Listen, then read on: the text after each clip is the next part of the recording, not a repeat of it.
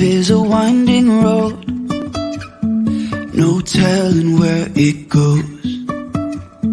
Driving through days and nights, won't stop for traffic lights. And I really wanna know, if I'll ever figure out where the road goes. Even if I'm falling down, I will keep on searching for my highs. You can say I lost my mind, I will keep on holding my head high, even if the sky is falling down.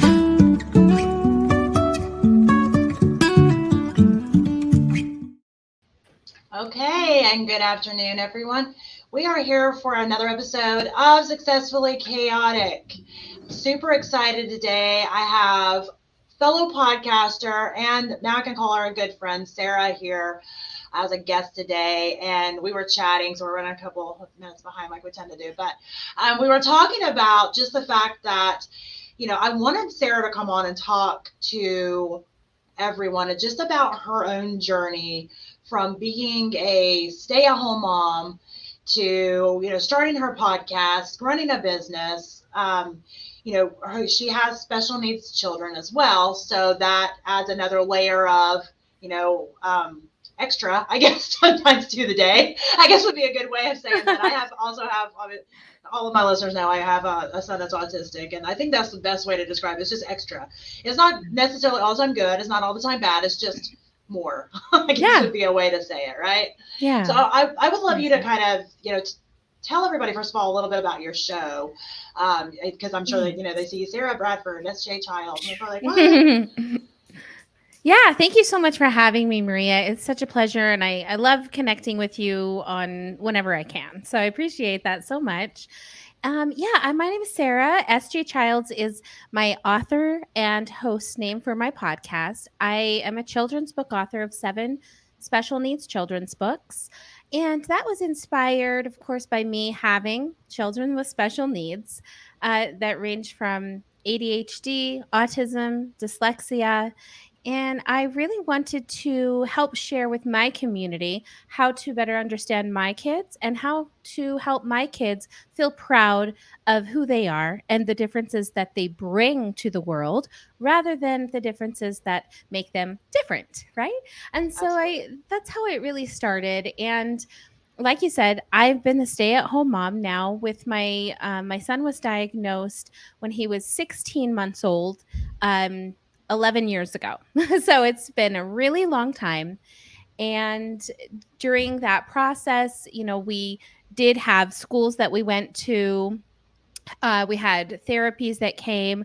But overall, we really found that homeschool was the best fit for us, which, like you had said, when you stay at home, especially for a decade, you lose sight. You lose sight of your being who you are outside of being a mom and outside of being a special needs parent. There's a force that comes with a special needs parent, an advocating force that is always like on alert. So I think that it comes with a price of more patience and more, like I said, kind of more alert of what do I need to prepare this child for, or how do I prepare the world for this child? So it's an interesting combination of things that come together. And then I was so lucky to be supported so much by other podcasters when I was promoting my books that said, "You've got to do this, Sara. This is great. You're great at this. I want to see you do your own show." And there came the SJ Child show. I wanted to really stick with the brand that I'd already created for the books. And through that, have been able to speak from, in fact, I just wrote something this morning that my podcast, episodes range from potty training to the top 10 best college professors in the nation, Temple Grandin. So, it's there's this huge amount of interest in all of it for parents, for individuals, for families. Great education, great resources. And the most important part that I think we're really kind of focused on today is that through this and through podcasting, I found a new love and a new acceptance for myself that now I can share with others and say, last September of 2018 or 19, possibly, you couldn't have told me that I would be in front of a camera and, happy with it. Because I was, everybody has a little bit of fright. And when they see themselves or hear themselves speak, and it makes you cringe a little sometimes.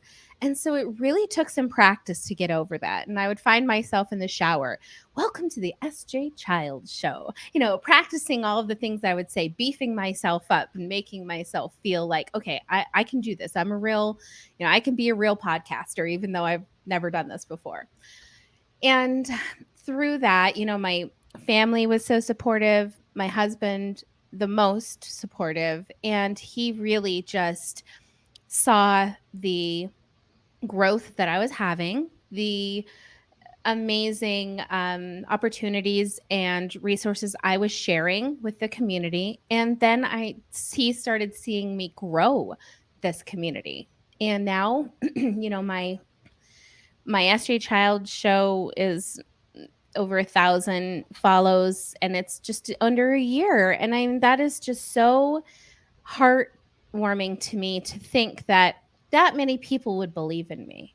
And then it's all just been organic growth. And, you're also a part of my Autism Advocate support group on Facebook. And just over a year, we've built that to over 800 members as well. And such a beautiful, strong community that I find I can turn to in, just like you saw yesterday, some of my darkest moments when I'm like questioned, or integrity, my reputation, everything was put on blast yesterday, if you will.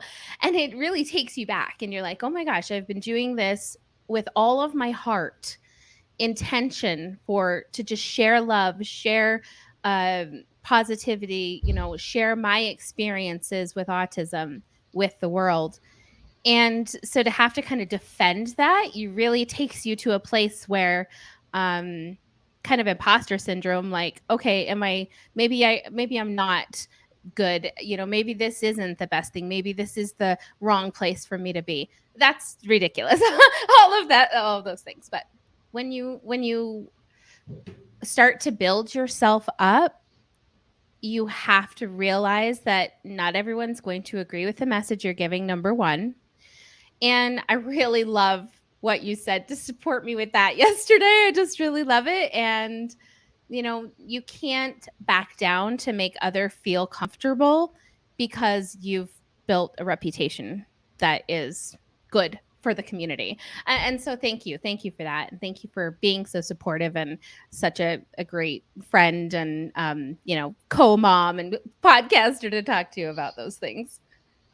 Well, and I think, all of us have those moments, no matter how far that we've come, and how many times that we've hushed those voices, and we think we're over it, right? We think we're through it and we understand things. There's going to be these moments, sometimes these people that creep in and make us question everything. And I think that's why it's so important. You mentioned, your advocacy group. And I think that, for whatever reason, I can't say that word today, but I think that has been a huge, I watch it, you know what I mean? I'm a lurker most of the time, and I'll heart stuff and I'll say a few things here or there, but I love watching all that happen, because I know when I first got the diagnosis from my son, I felt like I was marooned on an island by myself, you know what I mean? And I know so many parents now that get that diagnosis, because we've been on this journey now.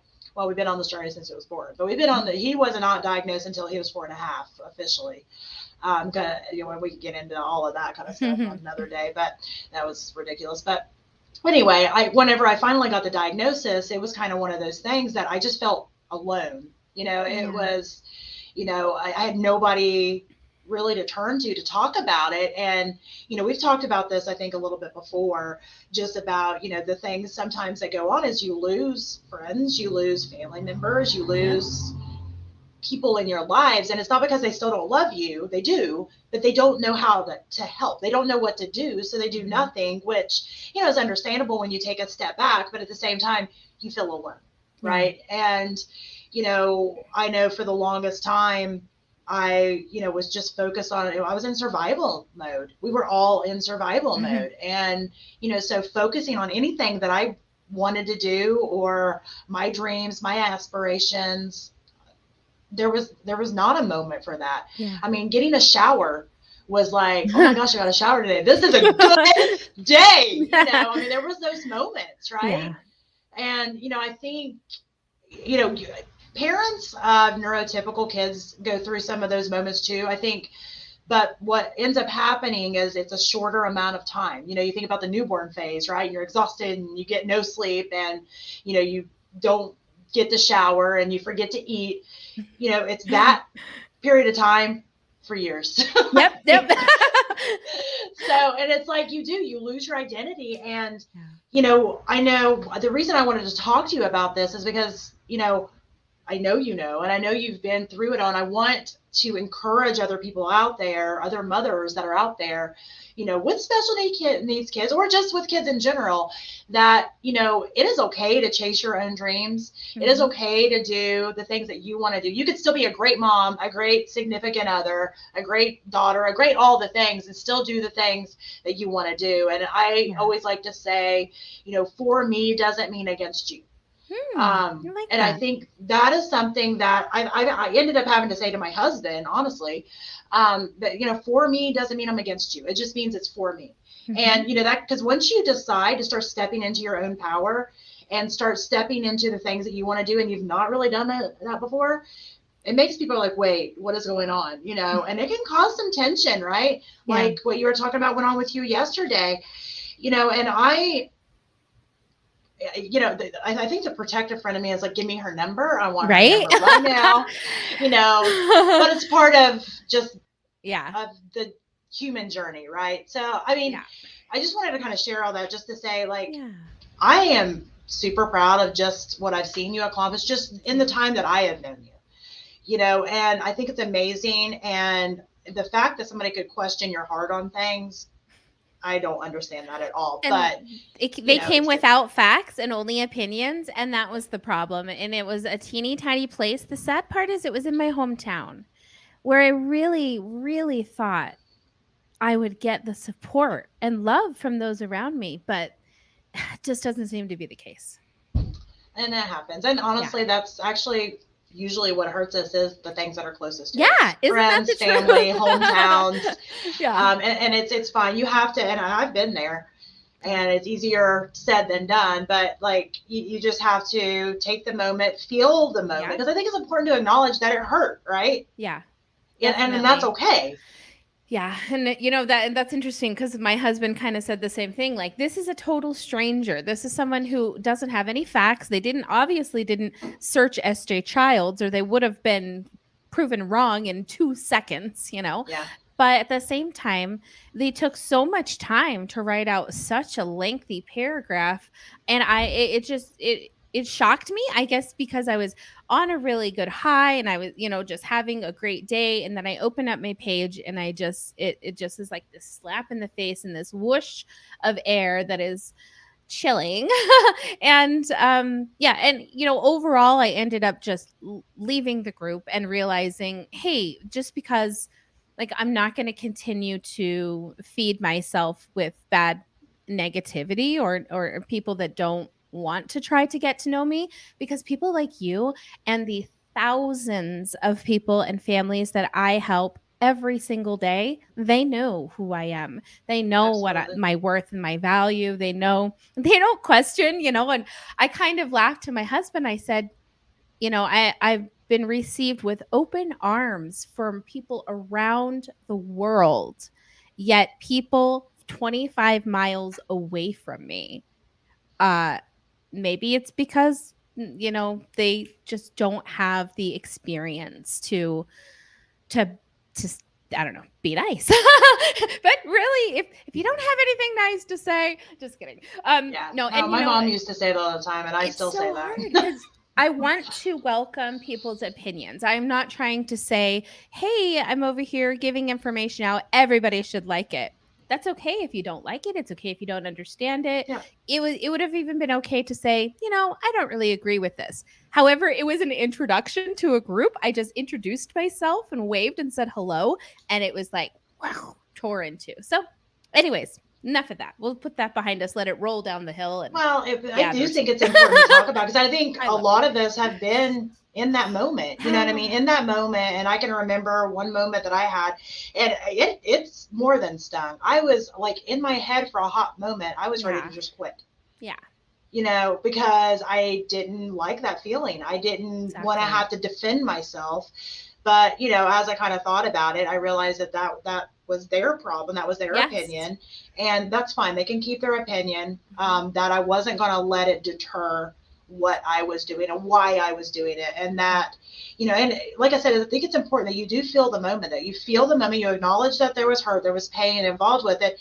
And then you pack it up and you put it away and you use it as a teaching tool. That's what I do now. I just told the Yeah, story, right? exactly. So, I Yep. mean, that's how you do it, Use it as a because you are, podcast. exactly. So you just end up making that just kind of part of your journey, part of your story. And, I think for me, I've got to the point now, in my 40s, that I've had enough of these experiences that, I look back, I'm like, oh, okay, all that bad stuff, that terrible stuff, that stuff that I was like, it's going to crush me. Those were the things that were actually defining me. Those were the things that were teaching me. Those were the things that have brought me to the place where I can do what I'm doing right now. And I think that's the same for you. Yeah. Your books, your podcast, your kits, which we can mention all your kits and stuff that you do as Yeah. well. All of that stuff, all of the things that you've learned on this journey that you've had, it's led you to the moment that you've been able to do these things. Yeah. And, this, even though it just happened yesterday, probably still a little wound there, that'll become part of something that you will be able to use to become part of your story in the future as well. Yeah. And maybe I'll try to help my community a little bit more here in Utah because they seem like they might need some help. Yeah. And, my motto and my purpose is to rise by lifting others. And I believe in that fully. And I want to give, and give. And sometimes people that are like me, constant givers, that can burn out. It can really, take a toll. And you constantly, my husband is always saying, when are you going to start charging for all of this free information you're giving out? And of course, me, I'm like, no, they need it. They need the help. I need to lift them. I need to hold their hands. I need to hug them and, let them know that it's okay and that there's resources and it's safe and things. And I don't have it within me to say, okay, $35 charge, here's the credit card. Then you can have the information. For me, it's about sharing my journey because when I began this journey, at just the same as you, there was a feeling of confusion and isolation. And where do I go from here? And, this isn't, no one else in my family, has had a autism diagnosis. Like, how do I navigate these waters? And I ended up reaching out to my ex sister-in-law, who, and it's funny too because exes, right? Yeah. I haven't spoke to my actual ex in 30 years, it feels like, probably. But I talk to his parents and his sister every day. Every day Yeah. they're still a Yeah. part of my life. You see Pops, he always leaves messages in the group. That's my ex-father-in-law who Oh, I love that. literally tells me he loves me every single day. Like, I it is the most amazing, encouraging thing I've ever experienced, to have this extra family just stepping in and supporting me. Because honestly, my family still struggles with autism, with how to help, with how to have the grandkids over and understand how to keep them busy, or how to help them in a meltdown. And it's really isolated our family as well to a 4-person island. We Yeah. just have the mom and dad and the 2 kids, and now we know that 3 of those 4 people all have autism as well. So Yeah. now that I have this perspective, my husband was diagnosed 6 years ago. And once I was able to see from his perspective, his childhood experiences, and then kind of put them over my childhood, or excuse me, my child's experiences. And it's really interesting to see the accommodations that I've given this man almost over 2 decades, and realizing, hey, I can offer those same kind of accommodations to my child. Like, I don't have to be the parent that comes in with only my principles in mind and only my desires in mind, and make them change to be with me. I need to be on their level and support them where they're at. And it's been a big eye opener, from that. But I think was really a neat expression of love for our whole family. And then about 8 weeks ago, our 10-year-old daughter was diagnosed. And so I'm in my mind thinking, okay, now I've been looking at autism for 2 decades. I didn't see it until a decade ago. And now I have another daughter, 10 years old. I've been seeing it again and never noticed it until now. And so now I'm looking at, oh my gosh, well, what does female autism mean? What does that bring to the table? What are the things that the world, that diagnoses are missing? What kind of things can I teach? How can I help other girls to get their diagnosis early, or to even when they're whatever age, so that they can start understanding and help putting the pieces together for themselves. So let's talk about, when we mentioned briefly about that you have these kits, which I'm sure Yeah. nobody knows what I'm talking about. I do want to Which I talk have about too. kind of the inspiration behind that, and Yeah. what the purpose for them Oh, are. well, to be honest, so there was a member in our group, and her daughter is 8 years old, I believe. They live here in Utah, and she is nonverbal child. Very friendly, just sweet, sweet girl. And while they were driving one day, the daughter unbuckled her seatbelt at a red light, got out of the car, crossed the road, and went to a stranger that was standing at the crosswalk. And the thing about Eliza is that she loves to give hugs. And so Oh, she went and she was hugging this stranger. Um, Unfortunately, the stranger had no experience, information, or education about autism, and believed that this was a child kidnapping situation. So she then called the police, withheld the child from the mother. She Obviously, the police came.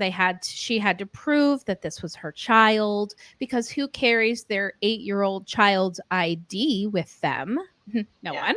And so it really hit me hard. Like, this is there there's got to be something that can be done to prevent something like this. What could I do? What could I help? How could I be, more of an assistance to this community? So I decided to create these autism vehicle safety kits. And what it is a sticker that goes onto the vehicle or the home that alerts emergency responders that a personal profile of a special needs child is in the car or next to the door, and their needs are specifically written out. And if she would have had something like that, number one, she could have shared it with the woman to begin with, and then all of it would have been not necessary. And number two, if you are in that unfortunate situation where you're having to have emergency responders come to help you in any way, the more information they have, the better. The better they can assist your family, they can assist your child, they can be help themselves to know how to access, the communication for the child, for example. So in these kits, I have provided the, like I said, the alert sticker that says there's an emergency profile in the vehicle with this child's needs, the profile itself to fill out for the child or individual, a communication board for nonverbal communicators to be able to access, if they need help. Some autistic, they don't like to be touched. So there's a do not touch, or is it okay to high five or a hug, and so that they can try to help communicate in this situation. Also, masks, earplugs, and a fidget toy for ease of that child's sensory overload that I'm probably sure is happening in that situation if that's occurring. So, and I've been so lucky. We've done some fundraisers in the group, and we've sent over 100 kits out across the nation. And so now there's hopefully 100 families that have that access to a little bit more information for those emergency responders. Yeah, I think that's huge. And I mean, I know my child that has autism is verbal. He wasn't always verbal. That's a whole another story Yeah. well, but he was not always verbal. I was told he wasn't going to be verbal, but he is verbal. But as you know, in high stress situations, they do tend to revert. And even though half the time he doesn't stop talking, if he's severely stressed out, you can't get a word out of it. Yeah. So, I mean, I think those things are so important to have. And I think also, and I know we've talked about this privately, that's a catalyst to opening up discussion with, people in the area, with, first responders in the area, because, obviously they're in that career of choice, not for the money. If you know anybody that's in that, they're not going to tell you they got into that for the money. Yeah. They're in that because they wanted to serve, they wanted to help, right? Yeah. They wanted to be of service. And so, giving them the ability to get that information, to get that extra training. And I know a lot of people, and I thought this to begin with too, it's like, well, I don't have any formal training in autism. So, I mean, I can't talk about it. Okay, let me say that for a minute. I have probably had more hours as an autism mom than a lot of people get for their quote unquote formal training. And it's not to say that professionals aren't important. They are, but you're only going to get a very, very small amount reading the books and doing the studies and doing the internships and all the things. Living it day to day, you notice things. And it's kind of the same thing. Like I know when I went to school for, other things, and then, I learn it all and I'm like ready to go. And I get into the real world to do. I'm like, wait, this was not covered. What is happening here? It's kind of that same thing. So, if you're out there now and you are a special needs parent, I strongly encourage you to get a hold of Sara. I don't know if you're trying to do more fundraisers or like what's going to go on, but I personally would love to see, this going into every area, because, there are autistic people everywhere. Yeah. And there's not enough training for people that are having to be of, service to them on a daily basis, that I don't even think there would be enough professionals to be able to hire in to do it. So it's going to take the parents, the caregivers, to be able to do this.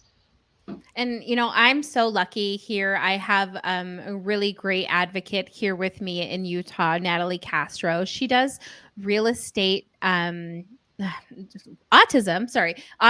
real estate, and she does sensory designs for kiddos' rooms, which is just incredible. And she has created training programs for emergency responders. She's gone to several police departments in our areas and in the cities that she's at, and just in fact sent me an email this morning and said, hey, we need to get your city's police department ready for their training so that we can get them going. And 100%, I'm going to be there with her. I'm going to do it with her. I'm going to help train my own city's police department for autism. And what an honor to be able to do that, and for them, and hopefully share the kits with them, have enough to be able to, give to them. And whenever I do, there's a couple times where I've just stopped at the fire departments and I've given them some kits. Or if I see a place not in action, give it to them and just say, hey, this is, something I'm trying to build in the community.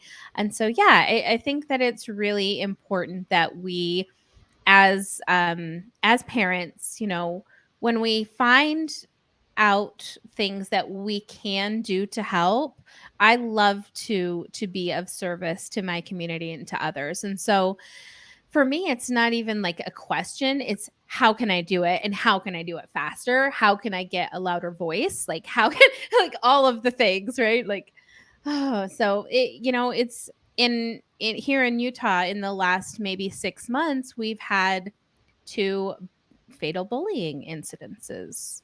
And one of them was someone on the spectrum and their children. And it's devastating.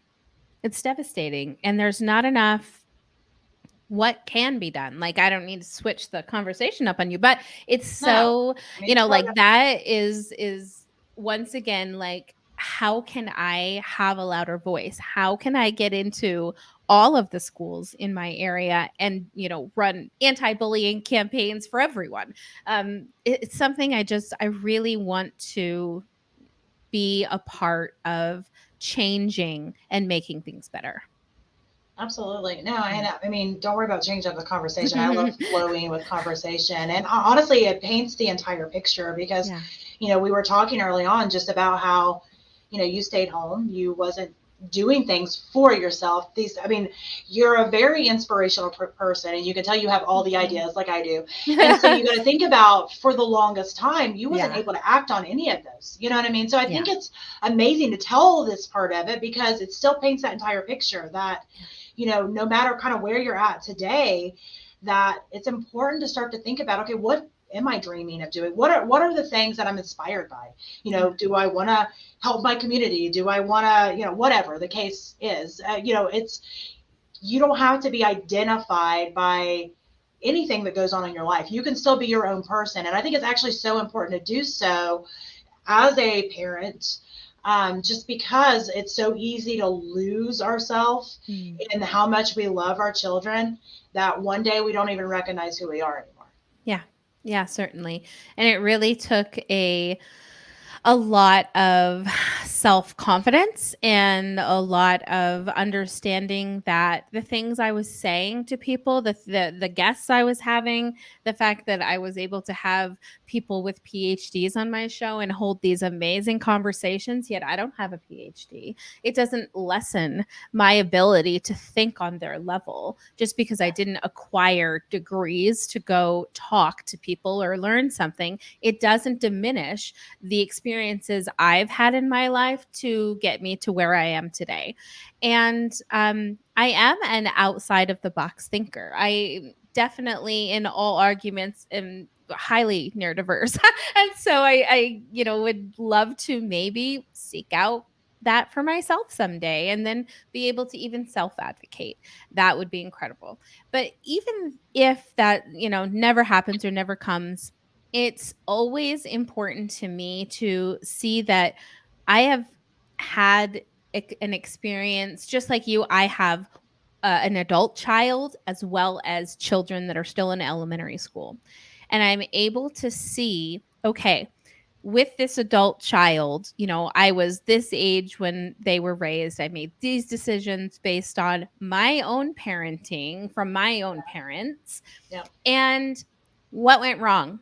And here I have kids a decade later, and now I'm able to go, okay, yeah, we're not going to do that again because look how much that made this poor child struggle. Look how Yeah. much she Yeah. went through because we wouldn't let her dye her hair, because we wouldn't let her Oh get yeah. the earrings, because we wouldn't let her get the high tops or the crop top or whatever, right? Yeah. The most ridiculous things that you stifle and restrict and stop from in expressing themselves, and then they don't have the chance to, and they hold it down and down and down, and then guess what, it explodes. and Absolutely. and then they become of age and they're reliving their childhood in their adulthood, and you're like, oh, Why didn't I just let them dye their hair? Why didn't I just let them, be friends with the girl up the street that didn't go to church? Like, who cares? Like, at this point, and I mean, I don't mean that disrespectfully to any families that have those boundaries, No, but no. for us, I see the error in our ways. I've sat her down. She's 22. I've sat her down. I've apologized. I've said, let me know what you see that we could have done better so that I can do a better job with these next two on, on the, coming around. Oh yeah. And luckily, she's been so loving and understanding and accepted kind of that we were coming from a place of not knowing how to be a parent because it was our first time, and she's my stepdaughter. So I really felt this sense of I have to be perfect. I have to be strict. She can't get away with Yeah. these things. She has to da da da da da. And it was just this stifling like Well, you were life. afraid of failure, right? Yeah, right? And so now I see in my own, biological kiddos, number one, our son doesn't have he has the capacity to do physics and speak Japanese, yet he does not have the capacity to um go do a chore without a step by step Yeah. checklist. He does not have the capacity to sit in a classroom with other children and learn at the same level that they are. We have to make accommodations in our home.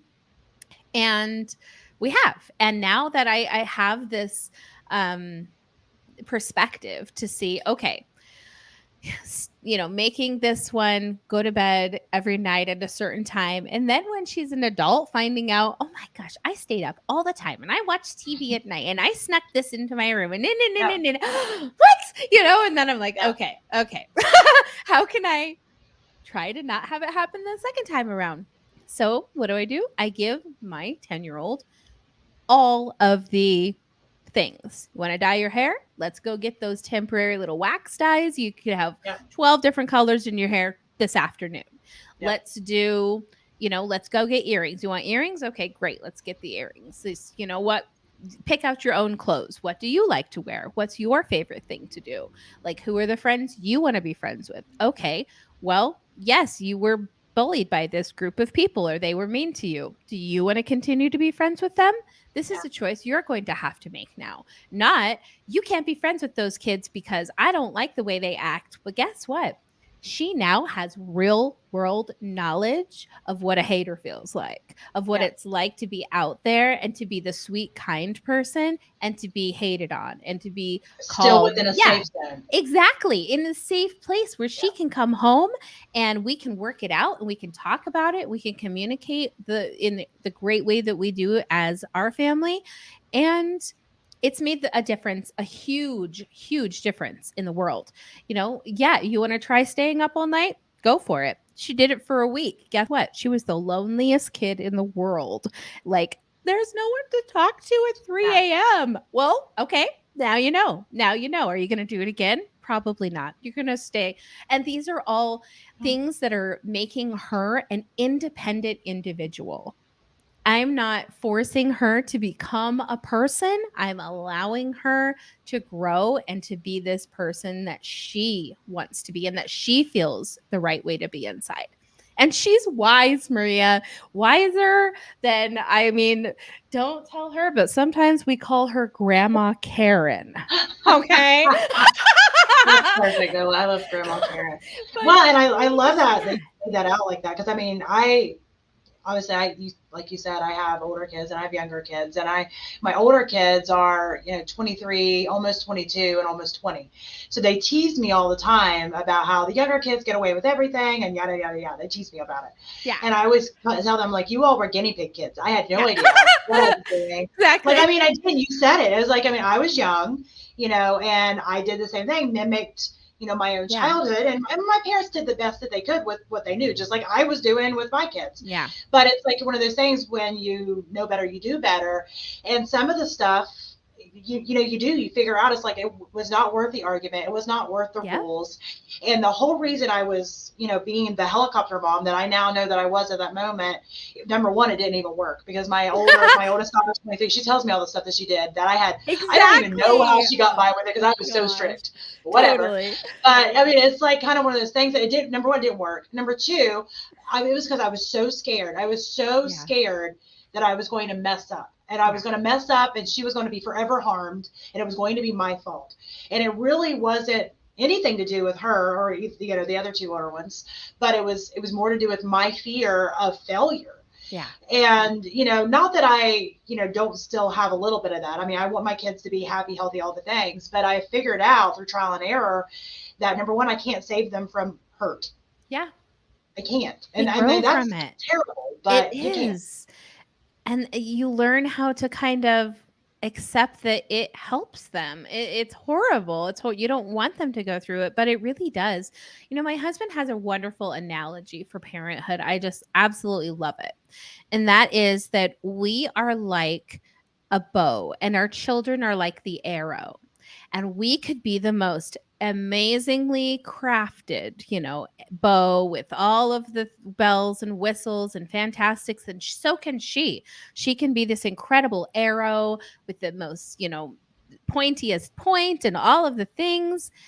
But when we shoot when we shoot the arrow through our bow and it is released into the world, anything can change that trajectory. Anything. It can be the wind. It could be a rock flies up, a bird flies up, but anything can change. An earthquake? I don't know, right? Just anything can change. And so you can't change the trajectory of that arrow after you've let it go. You've just got to appreciate where it lands, right? And so it's the same with kids. Like we can give them and try and build them up and give them all this stuff. But once they become adults, they can choose to keep that or strip it off them. They can choose to dye their hair green and, work in whatever, do whatever. Or they can feel free to have been able to express themselves enough through their lives that once they get into, society, it's smoother transition. So Absolutely. No, I mean, I love that. I love that analogy. That's an amazing analogy. He needs to write that down because I mean, I think it's perfect. It's a perfect analogy.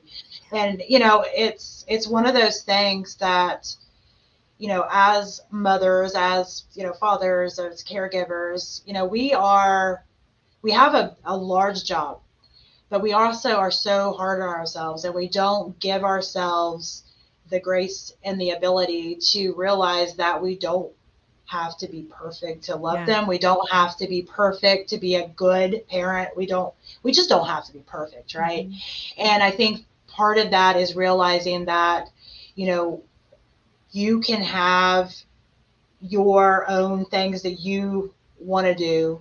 You can have your own goals, your own aspirations, your own dreams, and you can focus on those, and then you can pivot back and focus on your children's needs and pivot back and focus on your own needs. And actually, that is the most healthy way.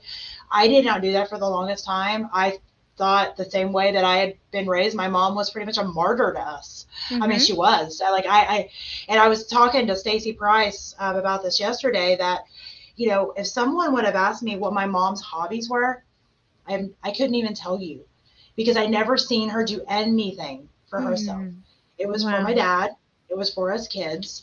And so I mimicked that early on because I just thought that's what you did. You have kids, you give your heart, soul, life, everything as a martyr to your kids. But the problem is that it takes something from you and you can't show up as your best person if there's a piece of you that is being locked away. Mm-hmm. And I struggled with that for the longest time. And I know a lot of women struggle with this as well, as you almost feel guilty when you start doing something that you want to do.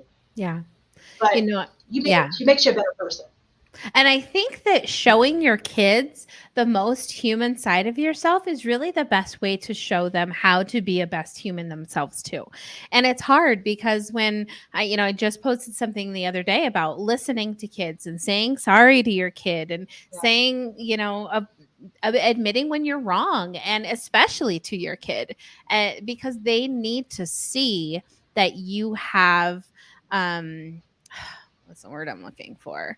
Like Human. you can accept, you're not Yeah. perfect, that you can accept and that you can admit your faults, because it's embarrassing when you're, realize that you've been wrong about something. The best thing we can do for our kids is give them the strength and the courage to combat that embarrassment with like a sense of humility, rather than run away from that, be afraid of that, shove that down deeper, not experience the whole thing. It's best to sometimes feel it out, right? To accept that you had those feelings, to accept that you were embarrassed by that, and then help them strategize ways to communicate around those things. But I think it's all really about communication. And it's hard when you don't have the tools or you haven't been given the tools. So yeah, I think that You can find the you tools, right? can. You have to be willing. You have to be willing, right? To find them and to get the information, because there's a lot of great information out there. Yeah, you have to be willing to accept it and want it, right? I love that. I do want to have you mention to everybody where they can find you. I know you're very active on TikTok. And you can also mention all the other things where people can find you to be able to reach out. And your advocacy group. Ooh, I can say the word now for whatever reason. Yay! Yeah, thank you. sjchilds.org is the website where you can find the books and the podcast. Of course, podcast is on all the podcast platforms, and on YouTube, it is a video cast as well. So you can come see my smiling face. And then I'm also on Facebook, Instagram, TikTok. I'm trying to think. I'm trying to get onto a couple, new platforms here and there, but not really on Twitter too much. So sorry, Twitter fans. But I just never figured it out. I guess it was. I'm technically on there. I just forget. It wasn't there. They don't let me type enough, and so I was just like, sorry, I can't squish enough words into this sentence.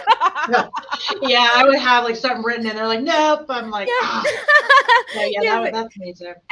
Too many characters. So yeah, it makes me wonder, because podcasters are known for being very wordy. So it makes me wonder how some of these other podcasters get away with it, because I struggle with that. I struggle so hard with that, because I want to say this much, right? Yep.